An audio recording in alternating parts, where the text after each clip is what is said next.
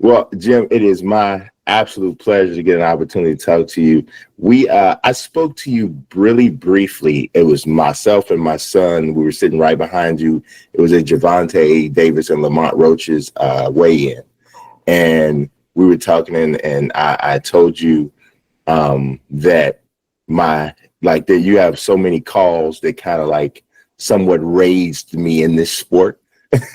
And but the one that I love, the one that jumps out to me the most, it's funny, it's not even it happened, it's when Amir Khan is fighting Marcos Rene Maidana and he gets hurt. Maidana hurts him, and you say, will he hold?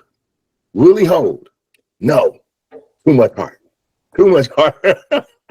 that line is so awesome, because I'm thinking to myself as at that point, a young man wanting to do broadcast journalism, how in the world is he able to sound that way and still be literally clearly watching this as a person that loves boxing? Well, yeah. That was one of Amir's shortcomings, was that he was too often stimulated to fight when he'd have been better being self-protective. And, that led to getting erased by Canelo and other missteps along the way. But it also helped make him interesting to watch. And, I knew stuff about him. So that came, that obviously that's not triggered by some lockstep process. That's just spontaneous. Will he hold? Will he do the smart thing here? Nope. Nope. Not going to do that. Not going to do that. That's boring. So, like I said, it's so many things to talk to you, and I not only have you for a short period of time, but in reading the book and going over the book, and for anybody who's not aware, it's called It Happened. And if you're not aware where that came from, it is Mr. Lampley's iconic call of George Foreman's knockout of Michael Moorer. And so it's a couple of things I want to get to about that. I want to get to the title and how that came about. But you just touched on something that's similar. It's about, you have an excerpt in the book that's about like emotional investment in fighters. And you write about how there's like an internal conflict of like when you're caring for a fighter deeply, and how that sometimes, if you're not careful, can affect objectivity. And you talk about how sometimes it's painful to watch them, fall, and being able to hide that, like, dang, I really, that's my guy, or whatever. Talk about how, that takes a toll on you in the booth, and if you see any modern broadcasters who are either good at keeping that distance or who seem to struggle with it a little more outwardly. Well, yes, it is a challenge sometimes to remove your personal feelings from the call of the fight. You cite the best example really in my call of Foreman Moorer, because if that fight had taken place 2 or 3 years before, it wouldn't have been even remotely an emotional challenge. But by the time that fight takes place, I've spent quite a good deal of time working shoulder to shoulder with George, calling fights on HBO, sitting in fighter meetings with him, sitting in production meetings with him, occasionally dining with him. So it was far different than when he had been George Foreman, a fighter whom I covered and a subject of the commentary. Now he was George Foreman, who was both my friend and my working colleague, and he's seeking something that he wants so badly and so deeply in him that he's willing to front to the world how emotionally important it is. He's willing to wear the same trunks that he wore in Zaire 20 years before. He's willing to walk to the ring reciting the words from the Man of La Mancha song, The Impossible Dream. Mhm.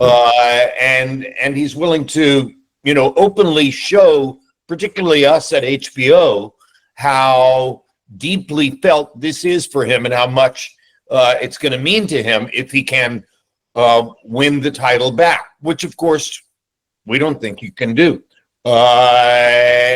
And so for Moorer to wind up on the canvas in that sequence, and me standing at ringside or sitting at ringside, I guess I was sitting, and thinking to myself, why didn't I plan something for this? Why didn't I sit up in the room last night and come up with what would be just exactly the right call?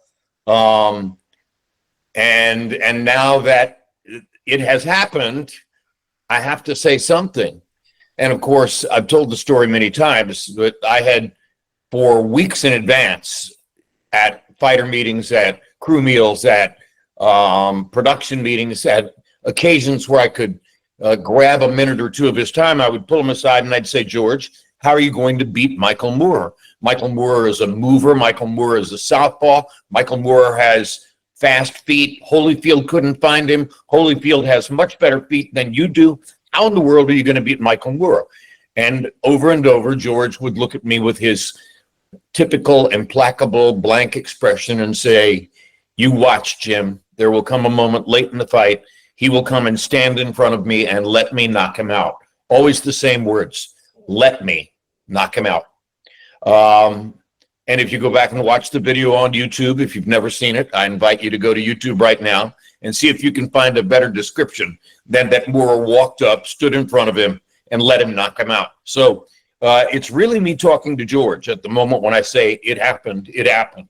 And I think if you're in my business, yeah, you probably do sometimes wonder, okay, am I going to say something that people will remember in its original form and repeat to me on the street and in shopping centers and in hotel hallways? And there are a couple of others, but mostly that's the one. People will yell across Fifth Avenue in New York. It happened. And that's very fulfilling for me. Yeah, it's awesome. Because I talked about to someone on another interview. Many broadcasters, I don't think they really understand how impactful their commentary is, because quite frankly, most people who watch boxing don't really understand it. So the announcer is the guide, and they oftentimes, without knowing, take on the opinion of the announcer.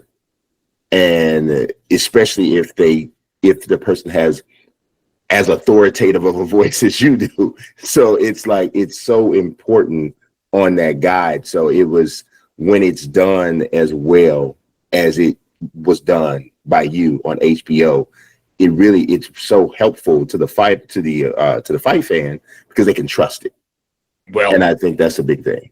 And because it's a subjective sport, because you are often calling the action with less in the way of statistical backing and information than goes with football, basketball, baseball, et cetera, et cetera. There's a certain responsibility, call it pressure if you want, for the blow-by-blow guy to get it right when there's a big moment. Articulate it in the right way. Say it in a way that elevates or dismisses or whatever is the right emotion for that particular moment. That's a giant moment in the history of the sport. Just as Buster Douglas knocking out Mike Tyson in Tokyo is a giant moment in the history of the sport. And in both instances, I was living by a mantra given to me by the most famous Hollywood actor of my generation, Jack Nicholson. And that mantra was, don't overact. He had talked to me about how when he went to the set to record the biggest line in the movie, that was what he was thinking. Don't overact. So as Tyson lay on the canvas in Tokyo, and I'm suddenly faced with the prospect, okay, how do I commemorate this stunning and, almost inexplicable moment for generations to come in this generation? And I heard Jack's voice in the back of my head saying, don't overact. And that became Mike Tyson has been knocked out, in just about that tone of voice. I didn't shout it. I didn't, in any way try to elevate it. You could not have made it any bigger than it was. I was intensely conscious at that moment. This will be seen as the biggest upset in boxing history. And I was conscious of that because the very first live prize fight I ever attended was Cassius Clay versus Sonny Liston, February 25, 1964 in Miami Beach. So I had gone as a 14-year-old to what was still regarded up to that moment as the biggest upset in boxing history. And now I'm well aware, as Tyson is there on the canvas, that I'm about to call the fight that will replace that now as the biggest upset in boxing history. So that's where I heard Jack's voice saying, don't overact. And all I said was, Mike Tyson has been knocked out, in about that tone of voice. And I'm so proud of it now, very proud of it, increasingly so, because no less a personage than my very dear friend Larry Merchant, who knows as much about this kind of stuff as anybody, said to me a couple of years ago, Jim, it's not just the greatest call in the history of boxing, it's the greatest call in the history of any sport ever, because you took a moment that was so overwhelming, so inexplicable, so big, and reduced it to where the viewer could make of it exactly what he or she wanted. You gave the facts and walked away. And that makes it, and Larry said it, I didn't, the greatest call in sports television history. I actually think that it happened because it's emotional and it's elevated and it's a little louder and it's more succinct. I actually like it happened even better than Mike Tyson has been knocked out. But, none of us are our own best individual critic. I leave it to everyone else. And most people tend to gravitate to one of those two calls, either the Tyson knockout or the Moorer knockout, as the thing that they remember from me. But you have another one. Yes, yes. Really hold. And it's crazy because I love that, Yeah, I remember. Actually, it's funny because as a kid, not as a kid, as a younger person, I think I was still a kid, basically. That was the last time I ever rooted against Mike Tyson. And so when you said Mike Tyson has been knocked out, I looked and I remember the room I was in, and I remember hearing you say that, and I remember thinking, oh, it's official. Because it was crazy, because the way the words landed and because of the dynamics of the fight, you couldn't believe what was happening was actually happening. He was getting dismantled. And then when you said Mike Tyson has been knocked out, it was like, oh, it's official. It actually, not to borrow a line that hadn't happened yet, but it happened. So I would never cover myself with enough glory. I would never to try to fib to you and say that I saw Douglas Tyson coming. That's not possible. I don't think Larry saw Douglas Tyson coming. I'm not sure that anybody really saw Douglas Tyson coming. But looking back, if you put all of the tea leaves together, it shouldn't have been as outrageous as it was. If you looked at the distractions in his personal life, the Robin Gibbons of it all, Customato having died, replacing Cuss with trainers who were clearly more cronies and buddies than they were great trainers. The fact that in the year prior to Tyson Douglas, he went the distance with James Quick Tillis. He went the distance with Mitch Blood Green. He went the distance with Tony Tucker. He went to the last 10 seconds with Jose Ribalta. None of these were exceptional fighters. All of them were taller than him, longer than him, and some of them could throw a right hand that came across the top and was difficult for him to pick up. People ignored that. People ignored all of the route-going performances against lesser fighters. And Mitch Blood Green, how does he 10 full rounds with Mike Tyson? So obviously there was an enormous public urge to anoint Tyson as something far greater than he truly was. If you paid attention, you realized, okay, He's 5'10" at best. He's fighting guys who are 6'3", 6'4". He has knockout power, but he has to put punches together to do it. It's not often a single shot that wrecks the opponent fighter. There were many things that you could have read in advance. And oh, by the way, among all those people that I mentioned with whom he had gone the distance, Buster was the best athlete. He was 6'4", 235 pounds. He had been a college basketball player. He had good feet. So if you paid a ton of attention, you might have realized this is not a 42-1 odds-making fight. This is something entirely different than that, because no one should ever forget, even in the case of someone as sensational as Tyson, no one should ever forget the single most meaningful truism in the sport, which is styles make fights. And Buster Douglas was stylistically perfect to beat Mike Tyson at that moment. Yeah, and the other thing I think people mention it, and I used to call it. It's funny that you're saying this, because people who know me and have talked to me about this fight, much of what you just said is what I said. It was the perfect storm. And it was one other element, was that Buster's mom had just passed. Yes. So he was as dedicated to training and preparation as he ever was in his career. 100%. He was all pumped up. He was inspired by the passing of his mother. Everything that was a negative on Mike's side, the distraction of Robin, the death of Cuss, et cetera, all those things were positives on Buster's side. Yeah. So, yeah, I'll never tell you that I walked into that fight saying, 42-1 is ridiculous odds, et cetera. I thought it was a mismatch too. But as the fight went on, you began to say to yourself, well, why didn't I pay more attention to what these style elements might mean in setting up this fight?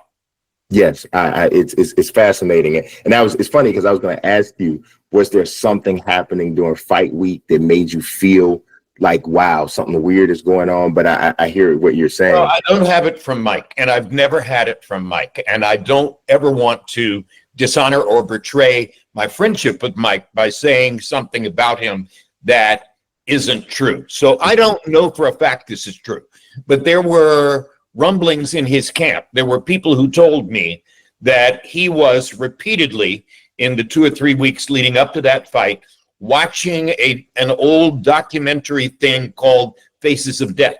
And Faces of Death is this ultra morbid thing that puts together a bunch of visions of people actually dying. And people in Mike's camp told me, he's watching Faces of Death over and over. If that's true, they didn't think it meant anything. They didn't, that was just Mike being Mike. But if you think about it and you put it together with the Robin stuff and the level of depression that he might have been sinking into at that particular moment in time, then that goes with the picture also. I have never, in my encounters with Mike, asked him if that was true. Yeah, that's something. And I actually remember that documentary. I remember how I had decided I never wanted to watch it. I didn't watch it. Yeah. So, you mentioned Larry a lot, and I knew you guys were a team, but I've always wanted to ask someone who was present at the time about this. What happened with Larry Merchant and Floyd Mayweather Jr. and that, I don't even know what to call it. I guess notorious interview, when Floyd ends up ending the interview and saying he doesn't want to talk to Larry anymore because you never give me any credit and you don't know S about boxing. Well, obviously it was something that built up over a long period of time. Floyd didn't think that Larry gave him proper credit for being a great fighter. In particular, he didn't like that Larry would sometimes say something to the effect of, well, he's great and you can't beat him, but he isn't going to sell a single ticket with this style, that kind of thing. Larry was old world in some ways, and Floyd was new wave in a lot of ways.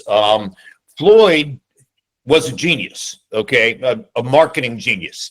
And more than anyone else I know, Floyd established the power of social media.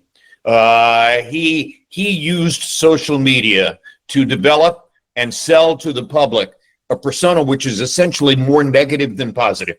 He realized that you could criticize people, you could rip people, you could alienate people, and there was a large constituency on the web which would bond with that, which liked it.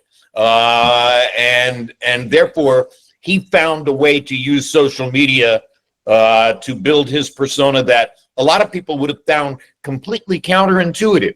How can you sort of purposely be alienating, purposely be negative in your social communication with millions of people you don't know, and they will love it? People didn't realize that. One of the things I have said over and over, and will continue to say until proven otherwise, no Mayweather, no Trump. Trump is a boxing fan.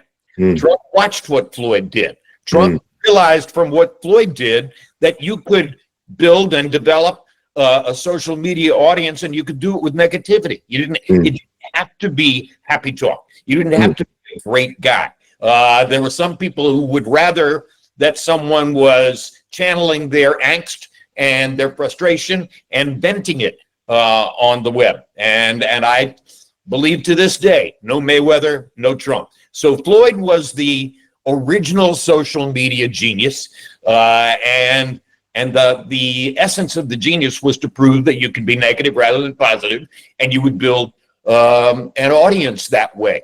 And so Floyd didn't like the honest, straightforward evaluations that Larry offered on the air, and most particularly about his style of fighting. That, you know, he was a hide and seek fighter. That he was not trying to do damage in there, et cetera, et cetera.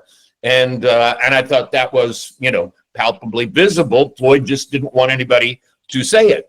So they didn't like each other, and it was really more Floyd disliking Larry than vice versa. The thing I've always loved about that moment, about, you know, if I was 20 years younger, or if I was 50 years younger, excuse me, if I was 50 years younger, I'd kick your ass. And great statement about modern culture with regard to that is that takes place at about 9 o'clock Pacific on Saturday night.